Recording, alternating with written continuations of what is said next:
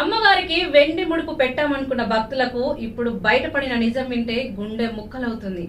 ఏందనుకుంటున్నారా? 550 కోట్ల వెండి అనుకున్నది అసలు మొత్తం నకిలీ మెటల్ అని తేలింది. వైష్ణోదేవి టెంపుల్ ఆలయానికి సంబంధించిన ఈ భారీ స్కామ్ ఇప్పుడు దేశవ్యాప్తంగా సంచలనంగా మారింది.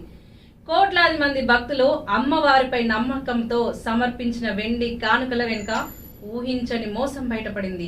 ప్రతి ఏడాది లక్షలాది మంది భక్తులు కష్టాలు తీర్చమని మొక్కుకుంటూ వెండి ఛత్రాలు, నాణాలు, చిన్న చిన్న ఆభరణాలు అమ్మవారికి సమర్పిస్తూ ఉంటారు.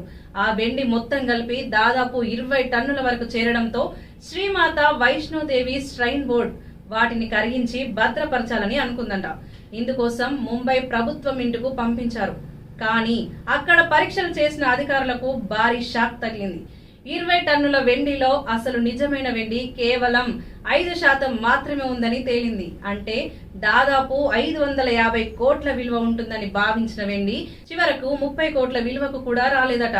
మిగతా 95% కాడ్మియం, ఇనుము, జింక్ లాంటి చౌక లోహాలే ఉన్నాయని ఫోరెన్సిక్ పరీక్షల్లో బయటపడింది. అంతేకాదు కాడ్మియం లాంటి విషపూరిత లోహాలు కరిగించేటప్పుడు ప్రమాదకరమైన పొగ వస్తుందంట. దానికోసం ప్రత్యేక సేఫ్టీ మాస్కులు, సూట్లు కూడా వాడాల్సి వచ్చిందంట. దర్యాప్తులో మరో షాకింగ్ విషయం తెలిసింది. అదేంటంటే కత్రా ప్రాంతంలో భక్తులకు వెండి ముడుపులు అంటూ నకిలీ వస్తువులను అమ్మిన కొందరు వ్యాపారులే ఈ కుంభకోణానికి కారణమని తెలుస్తోంది. భక్తుల భక్తిని, తొందరను ఆసరాగా చేసుకుని ఈ మోసం చేసినట్లు ఆరోపణలు వస్తున్నాయి. ఇప్పుడు వెండిలోనే కాదు, కొన్నేళ్ల నుంచి సమర్పించిన బంగారంలో కూడా కల్తీ ఉందా అనే అనుమానాలు కూడా వస్తున్నాయంట.